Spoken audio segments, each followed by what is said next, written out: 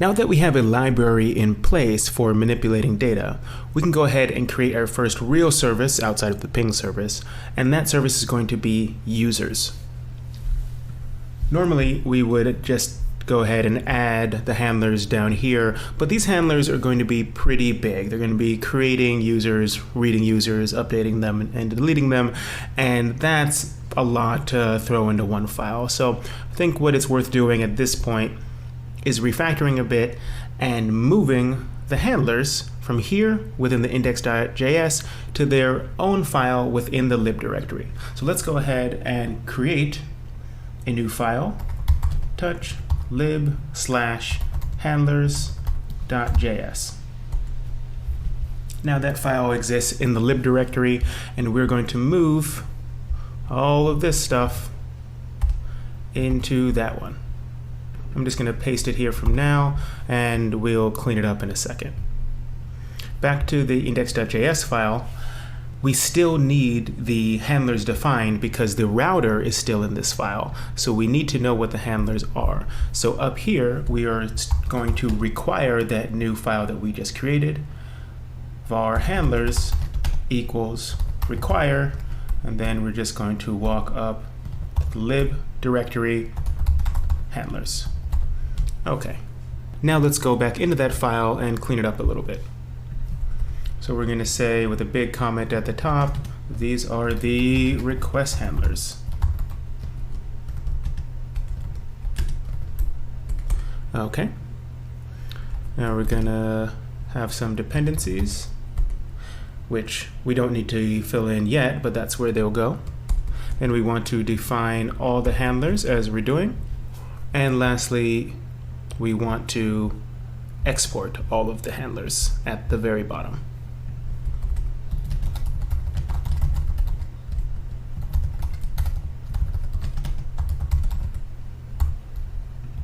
Okay, now everything else works exactly the same. Now that we've refactored, we can go ahead and start adding on more complicated handlers for this new route called users. So in the index.js file, the first thing I'm going to do is match up a new path called users to handlers.users. Now we need to go back to handlers and make sure that this path exists. So I'm going to create a new object for users, and I'm going to define handlers.users. And this is going to be a function that, just like the other ones, takes in a data object and a callback. But what this function is going to do is actually figure out which method you're requesting, figure out if that's one of the acceptable methods, and then pass it along to some sub-handlers. So I'm going to list out the acceptable methods for the user's route. And that's going to be post, get, put, and delete. For this route, we don't accept anything else.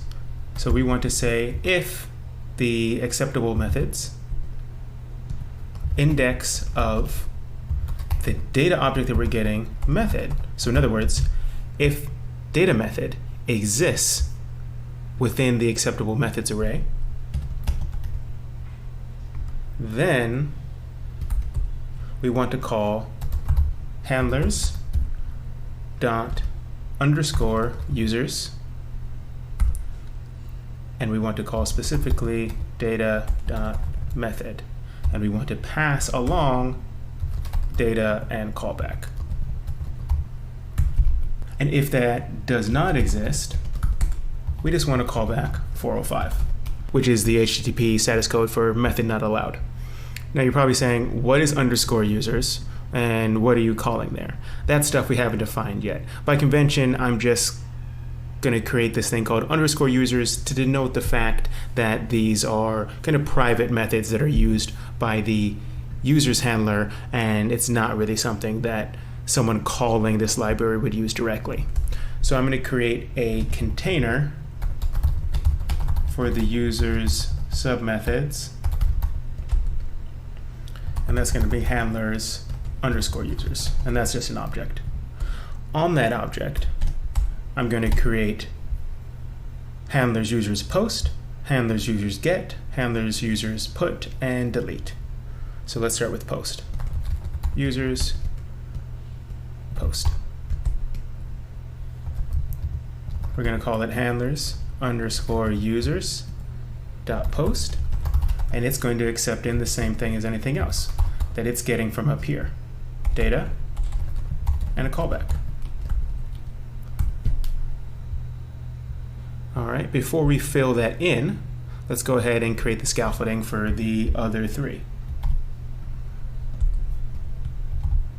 Users get, users put, and users delete. So you can see how this works. A request comes in, it says, is this post get, put, or delete? It checks to see that it is one of those four, and if it is, it passes it along to the respective place where it needs to go. If we wanted all posts to act just like puts, or we wanted gets to act like deletes for some reason, there'd be no reason to separate these out. But for us, the logic that happens when you post to the user's route is going to be very different than when you put to the user's route. So we want to make sure that these handlers are all separate. So now let's start filling in these handlers. Before I do, I just want to write a note to myself about what I'm doing here. Specifically, what are the required fields?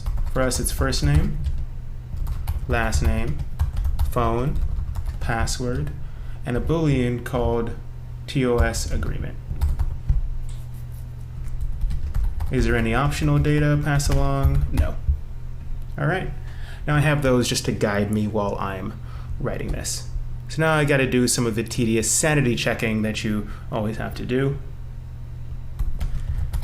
Check that all required fields are filled out. What we do here is check that the user gave us the payload in the structure that we require, and if they didn't, we need to send them back an error, and if they did, we can continue on with the logic. So we want to say that first name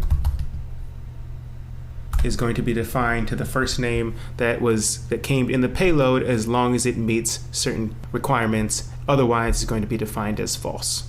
We do that by saying first name equals type of data payload first name equals string, and its length is greater than 0. So we're going to say that this length is greater than 0. Let me just move this over a bit.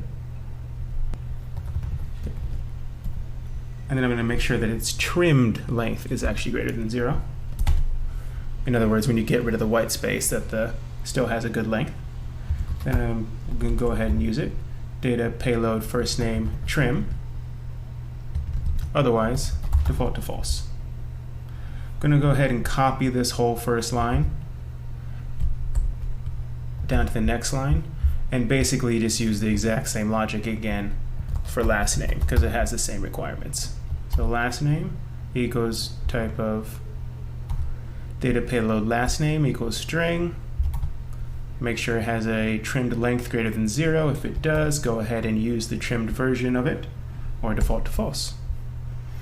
Okay, now I want to do a similar thing for the phone number. For us, even though a phone number looks like a number, we want to accept it as a string in case it starts with a 0 or something else that a true integer wouldn't be able to convey. So we want to say that var phone equals type of data payload phone. But then we have stricter requirements about the length here. So we want to say that data payload phone trim length not just greater than 0, but is exactly equal to 10, because we are looking for area code plus a 7-digit number. Then data payload phone trim or default to false. Now we need to set some requirements for the password field that they're sending. So we want to say password equals type of data payload password equals string. Then we want to make sure that the trim length is greater than 0. If so, get the trim length. The only requirement we're putting for passwords right now is that it has a length. Lastly, we want to put some requirements for the toss agreement Boolean. So we want to say that the toss agreement equals data payload toss agreement equals Boolean.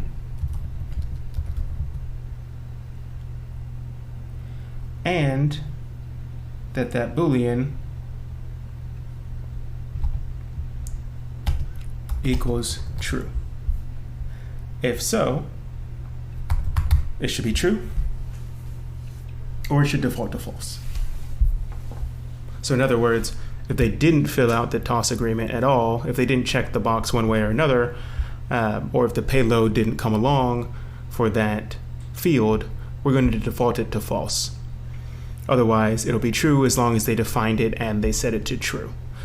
Defaulting it to false, in our case, it's going to set it to an unacceptable field, and so whether they set it to false manually or they just forgot to include the toss agreement Boolean, we are going to say this isn't a valid payload. You have to agree to the terms of service. So next, we want to say if first name and last name and phone and password and toss agreement, then continue on. Otherwise, we are going to call back an error at you because you are messing up. So we want to call back 400, and we might as well give them a payload telling them what's going on. So we want to say error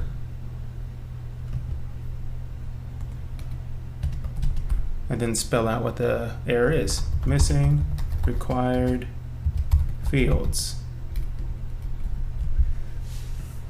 Otherwise, we continue on with the logic as normal.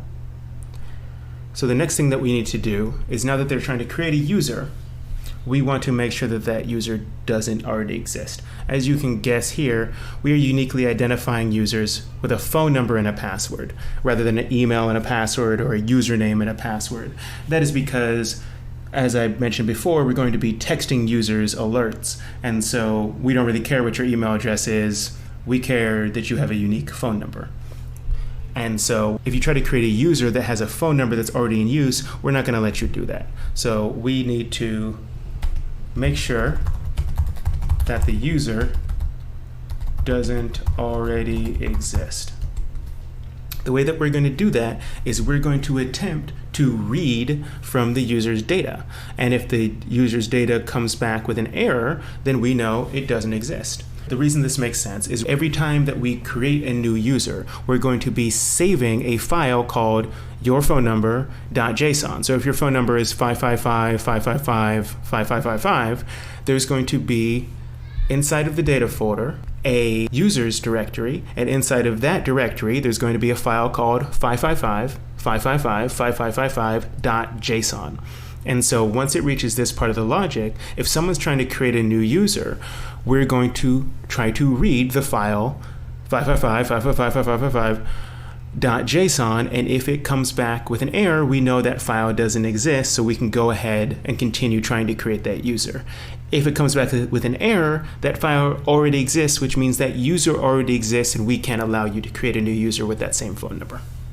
Okay, so let's go ahead and use that data library that we just created in the last lecture to start reading from the file system. So we want to say data.read, remember that function that we created. We want to read from the users subdirectory. We want to look up this user by the phone number, and we're going to get back an error in data.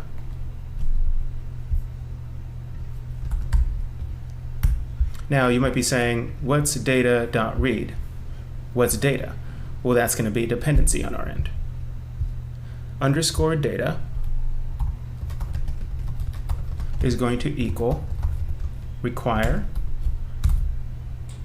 /data. So that's going to pull in that data library that we wrote earlier. Now we want to go back to where we are using this new library to do the read, and we want to say if it comes back with an error, that's good. We want to continue on with what we were doing. Otherwise, we want to call back an error to the requester saying a user with that phone number already exists.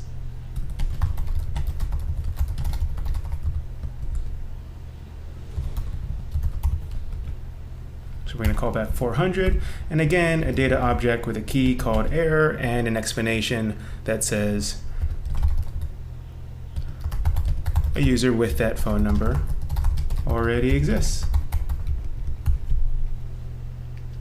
Okay, but if the phone number is valid, then we want to start the process of creating the new user object. So the first thing that we're going to need to do to create the user object is hash the password.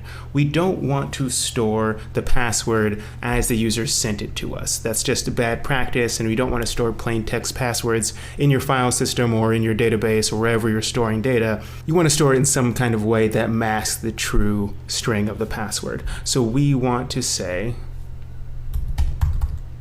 hash the password.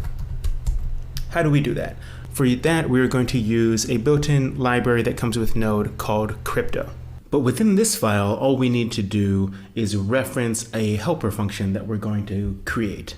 So here we're going to say that var hash password is just equal to helpers.hash, and then we pass it the password string. Okay, so what is this helpers.hash function? That's what we need to create, but we're going to create it within a separate file that we will call helpers. And we'll reference that helpers file at the top of this handlers file. So let's make that reference. Up here with our dependencies, we're going to say that var helpers equals require // helpers. Remember that this file is living within the lib directory, so referencing // means referencing something within lib. So within lib, we just need to create another file and this time call it helpers.js.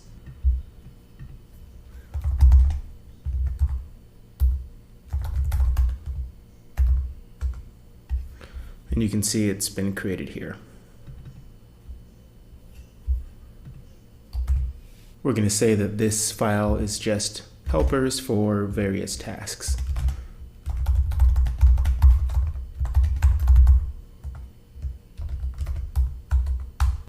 We're going to create a container for all the helpers.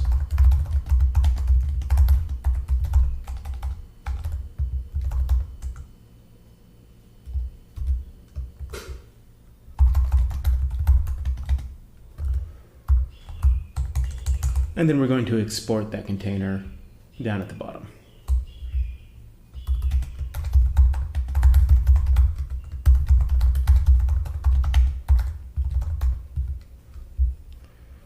And as you can guess from what we referenced here, helpers needs to contain a key, a function called hash that accepts in a string and returns out the hashed version of that string. So let's go ahead and create that function within helpers. For our purposes, we're going to use SHA-256 as our hash, although you're welcome to use whatever hash you like. SHA-256 is one of the few that are built into Node, so it doesn't take any external library to hash things that way.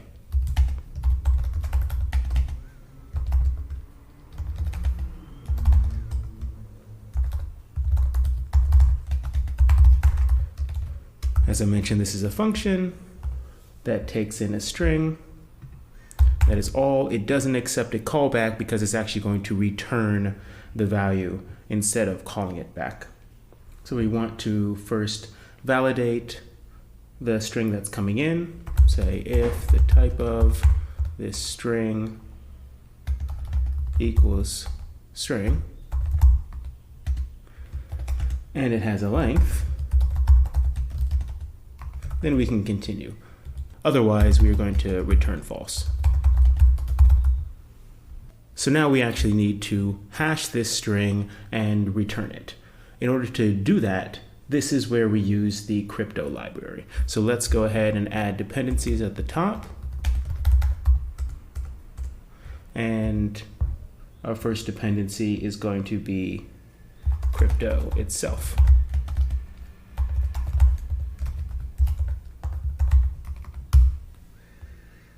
Now that we have it included, we can use it to hash this string. We want to say that this hash equals crypto dot create hmac, and then we're going to pass it SHA-256 because that's the type of hashing that we want, and we're going to pass it a hashing secret. In this case, we're going to store that hashing secret in our config, which we'll get back to in a second. Then dot update, pass in that string that we want to be hashed, dot digest hex. Okay, now that's really complicated, but all that basically means is we are hashing this thing with SHA-256. And after it does that, we want to return it to whoever called that function. Okay, now what is config.hashing secret? This is just how this create hmac function works. It needs a hashing secret, but since it's really SHA-256, it won't have much of an effect. But at any rate, we want to add to our configuration a key called hashing secret. And I'm just going to say, this is a secret. And I'm also going to add it to production. Hashing secret is equal to this is also a secret. All right, now those have been added to the config. In order to use that, we're going to need to add another dependency to this helpers file so that it can use things that are defined in config. So we're going to say that var config equals require /config. Now back to our handlers.js file where we're actually calling this function and using it. We are passing in the password that the user sent to us. We're getting back out a hashed password. And now we need to continue on creating that user with the data that they sent along with the hashed password. We want to create the user object.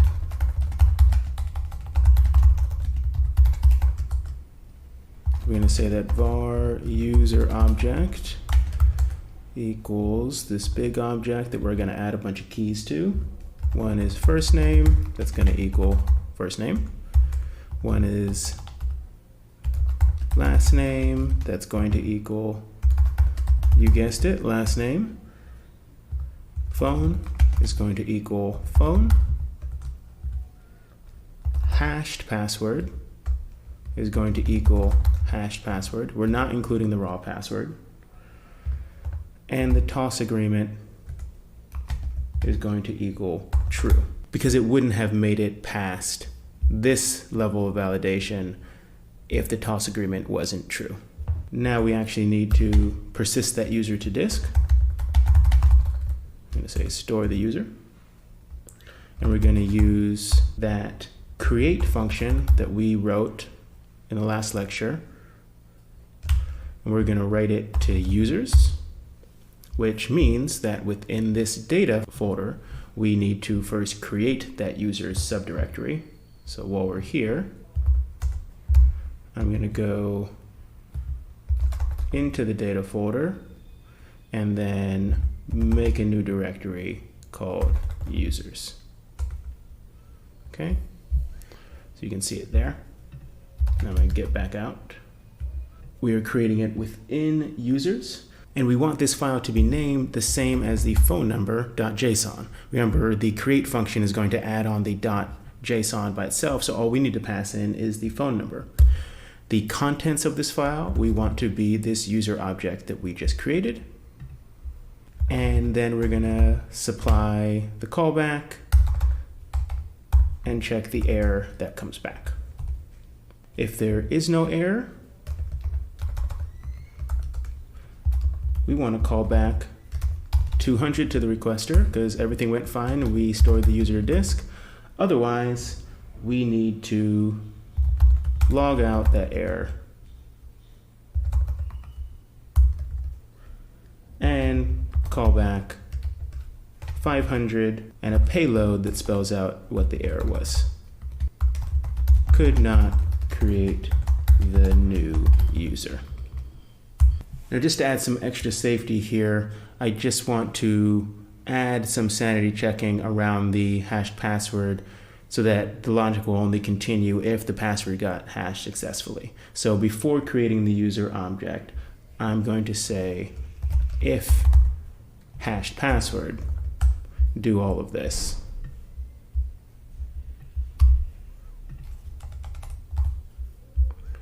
Otherwise, call back 500 and spell out what the error was.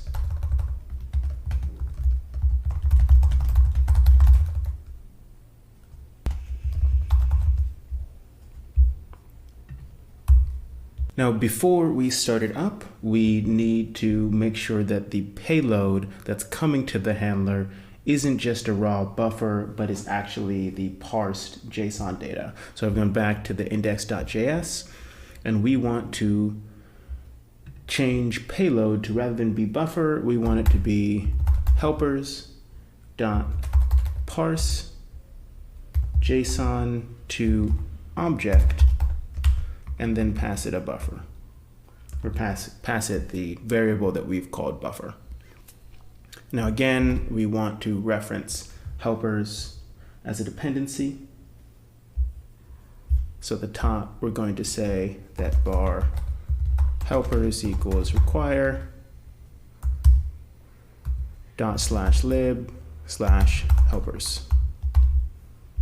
Now we can go to helpers and actually create that function. So we want to create a function that takes in an arbitrary string and either returns the JSON object from that string or returns false. The reason that we're doing this is because natively Node or JavaScript will just throw an error if the JSON.parse function is trying to parse something that isn't valid JSON, and we don't want things to throw. So we want to say parse a JSON string to an object in all cases without throwing. And helpers.parse JSON to object is going to be a function that takes in a string. And it's basically just going to wrap JSON.parse in a try catch. So we want to say try catch var object equals JSON.parse the string. If that catch gets called, we want to return an empty object. If the catch doesn't get called, we want to return whatever just got parsed. So we want to return object. All right. So that is all the logic that we need within this user's post method. Let's go ahead and test it out and try to create a new user using Postman and see what happens. So I'm going to start up the app.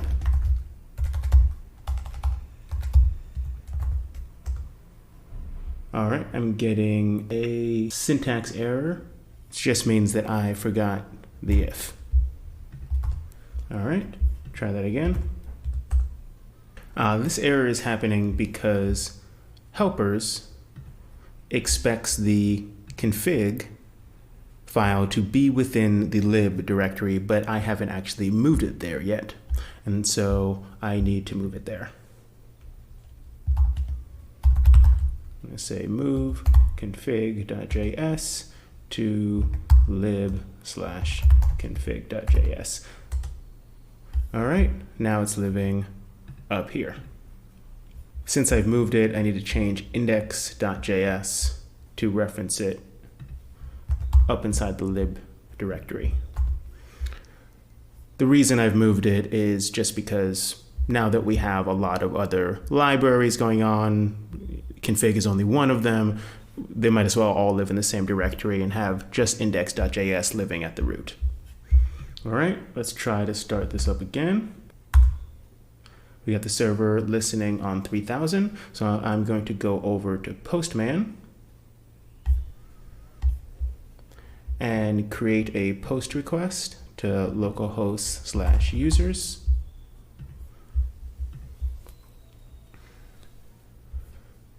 Let's just send off this request without any body, see what happens. We have a 400 coming back that says error, missing required fields. That's what we were hoping would happen. So now let's construct this request with all the required fields and see if we can get a 200 back. And we got a 200 back. We sent in first name John, last name Smith, phone number was 555 whatever, password is this is a password, and toss agreement was true. If we try to send this payload again, we got 400 back. Error, a user with that phone number already exists. If we try to change the phone number a little bit, change this 7 to an 8, we should get back a 200 again because that was valid. If we try to create yet another user, let's change the 8 to a 9, but then set, let's say, toss agreement to false, we're going to get back error, missing required fields. That would be the same error as if we left off one of the fields entirely.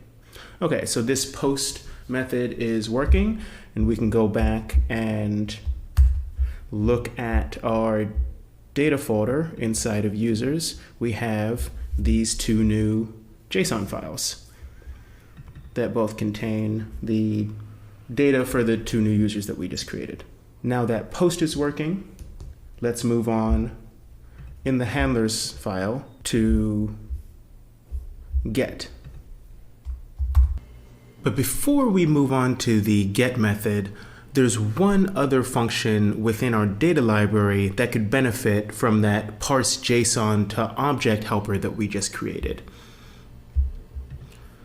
This one.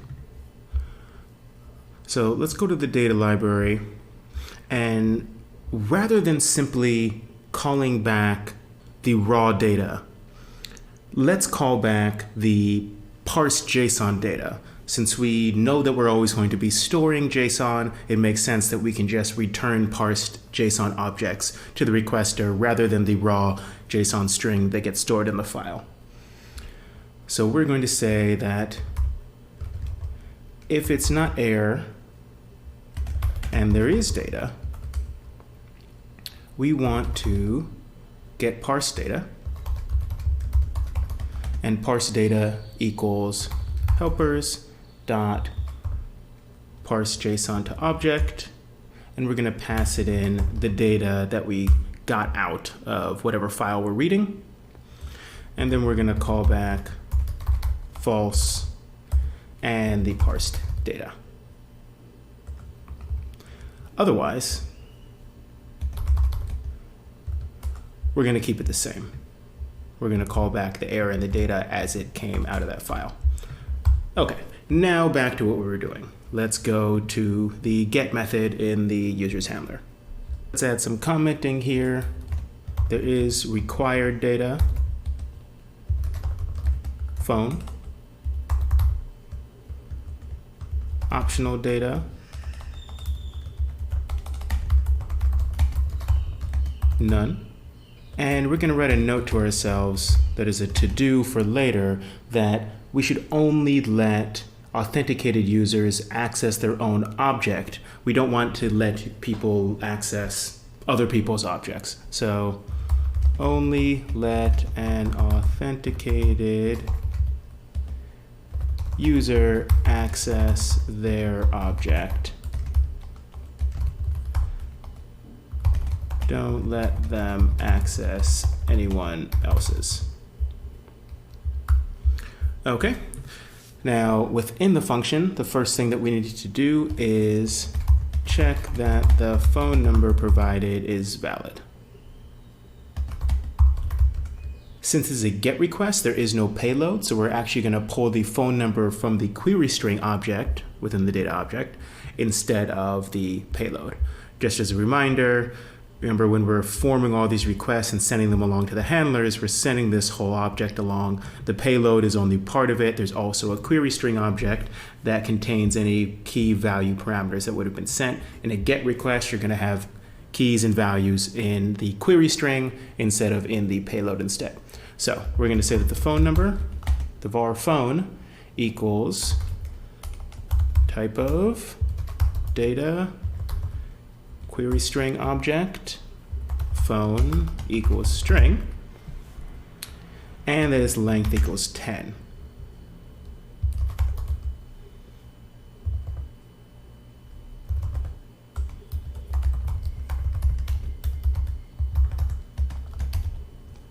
The same kind of validation that we did on the post request.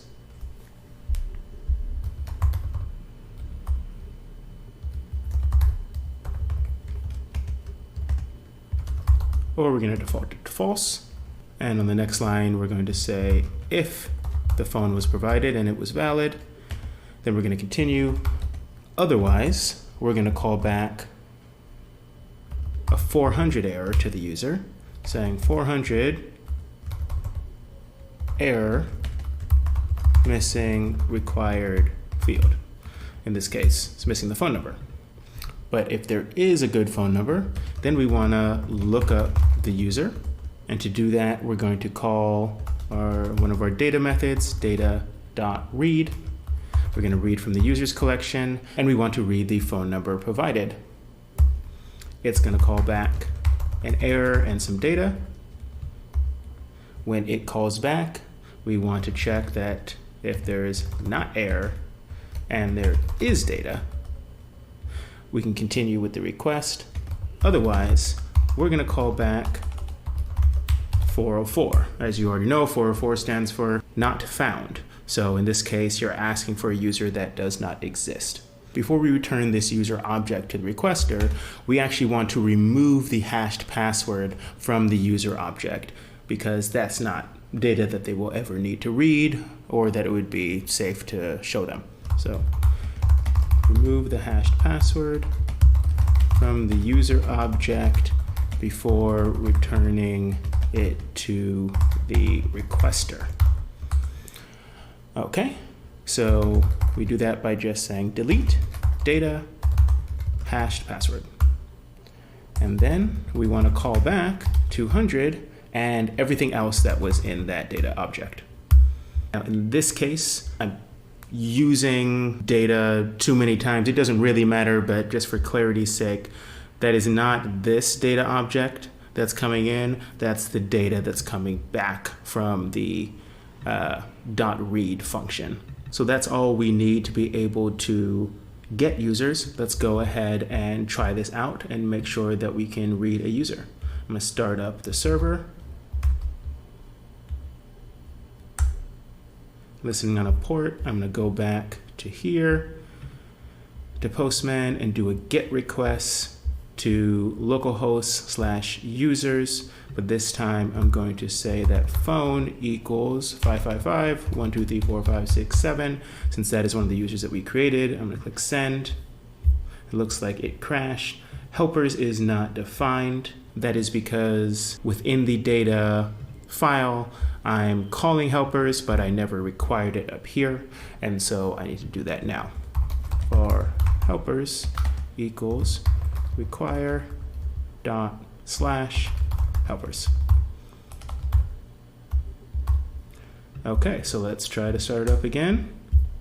Send the request again. All right, we just did a successful read. We have the first name, last name, phone, and toss agreement coming back, and we do not have the hash password coming back because we are deleting that from the object prior to returning it to the requester. If we change this phone to something that doesn't exist, like 560 instead of 567, we get a 404. If we change it to remove the phone field entirely, we're going to get that we are missing a required field. Okay, so this get seems to be working fine. Now that we have get, we can move on to put. For put, once again, the required data is phone. You must specify which user you want to put to, so which user you want to update. And this time there is optional data. The optional data is everything else. First name, last name, and password. And we're just going to write a note to ourselves that at least one must be specified. So individually, they are optional fields, but collectively, at least one of these optional fields must be specified in addition to the required field. We want to write one more note to ourselves, that is to do only let an authenticated user update their own object. Don't let them update anyone else's. So it's the same reasons as before. For security, we don't want to let a user with phone number X update the user object for the user for phone number Y. You only should be able to read and now update your own object, but we'll get into that later after we have an authing mechanism. All right, so the first thing we need to do is check for the required field, which in this case is the same thing as above. The difference is, rather than pulling it from the query string object, we're going to pull it from the payload. So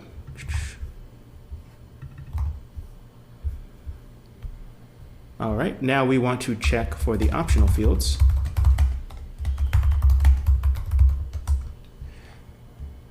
These are going to be 3 of them: first name, last name, and password.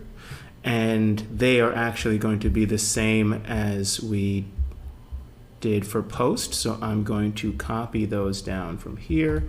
I could have copied phone as well. Let me just get rid of phone. Now, rather than saying that the request must include all of these things, we're going to put in a little logic that says you must have the phone and you must have either the first name, last name, or the password. So we want to error if the phone is invalid in all cases. So only continue if the phone is good.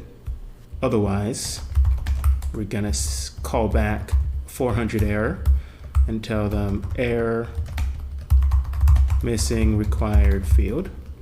And we want to say error if nothing is sent to update. So we want to continue if there is first name or last name or password. Otherwise, we want to call back a 400, tell the user error missing fields to update. Now that we have valid strings, we need to look up this user and actually make sure that they exist prior to, trying to update their object. So look up the user, and we're going to use one of our data helpers again, data read, in the users collection, and we're going to read based on this phone number, give us back an error, and user data. We're going to say that if there is not an error and there is user data, then we're going to update the fields that are necessary. Otherwise, if it came back with an error or it came back without user data, we want to call back an error to the requester saying 400 error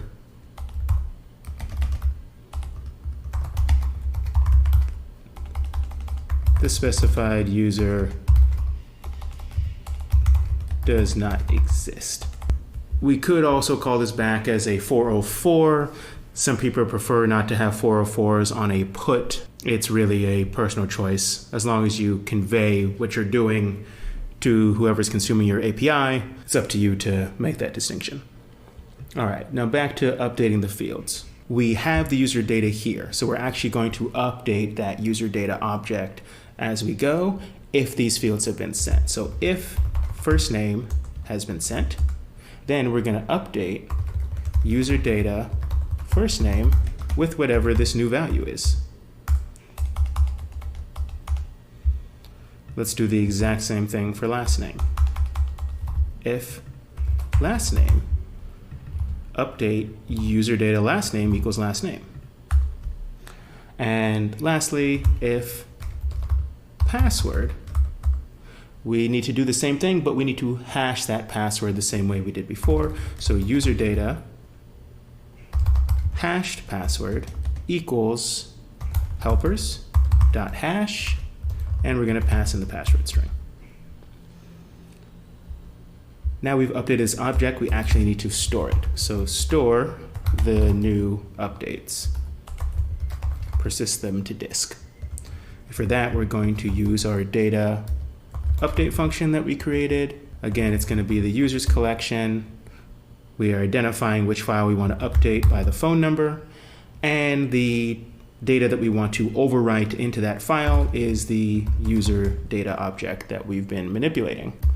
And that's going to pass us back an error, if there is any. So we only want to continue if there is no error. Otherwise, if we get an error back, we might as well log it for our own debugging purposes, but also call it back to the user as a 500, because this is something internally wrong with us that we couldn't figure out how to update this file. So we want to say error could not update the user. The reason we're saying 500 instead of 400 is there's really nothing necessarily wrong with the user's request if we're having an issue updating the file. And so there's no reason for them to retry or reformat the request. It's just an error on our server that we're going to have to deal with. But if there is no error, we want to call back 200 to tell the requester that everything was successful. So that is users put. Let's start the server back up and see if we can update one of these users that we created earlier. So I'm going to go to this post request that I created before, and I'm going to change it to be a put. I'm going to change it so that we're modifying users 1, 2, 3, 4, 5, 6, 7. And I want to change his first name to Jim instead of John. I'm going to leave the rest of these fields off. Okay, so when I send this put, I should get back at 200 with no body. And if we go back and we look inside of the user's object, 1, 2, 3, 4, 5, 6, 7, we can see that his first name is now Jim. So the put seems to be working as expected. Now that put's there, we've done create, read, and update. The last thing to do for the user's service is delete. Delete's going to be set up in a similar way to get. So we're going to start with a required field that is just phone. And we want to have a couple to-do notes to ourselves. The first is, as you might guess, only let an authenticated user delete their object. Don't let them delete anyone else's. We also want to have one other to-do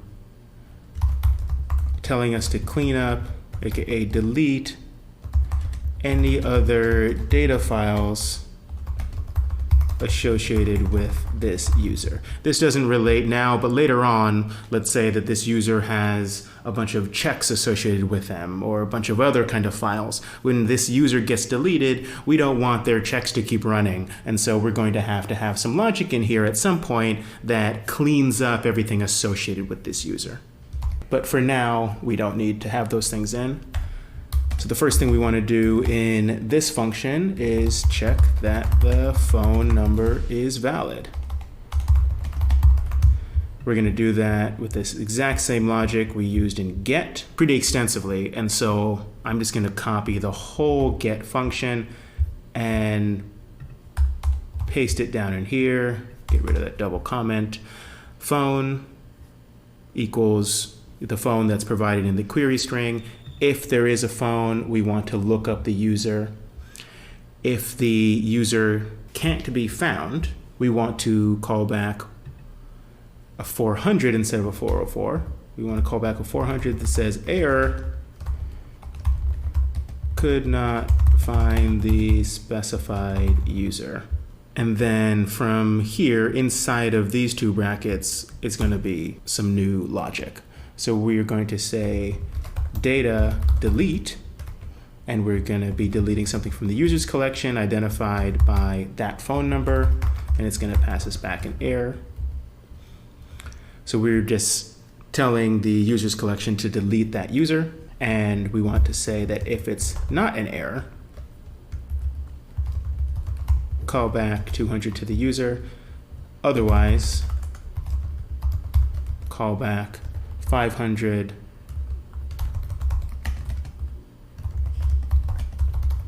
could not delete the specified user. Okay, so that's it. That's all we needed for the delete logic. Let's go ahead and start the app back up. We're going to use this old get request. We can see if the get still works, but we're going to change it to a delete request, leave it the same, and click send. We got a 200 back. If we go over here, that 567 object is gone. So if we send the delete again, we get the 400, could not find the specified user, because the delete worked the first time. So that's the user service. We have post, get, put, and delete, or create, read, update, delete. And now we can move on to the next section.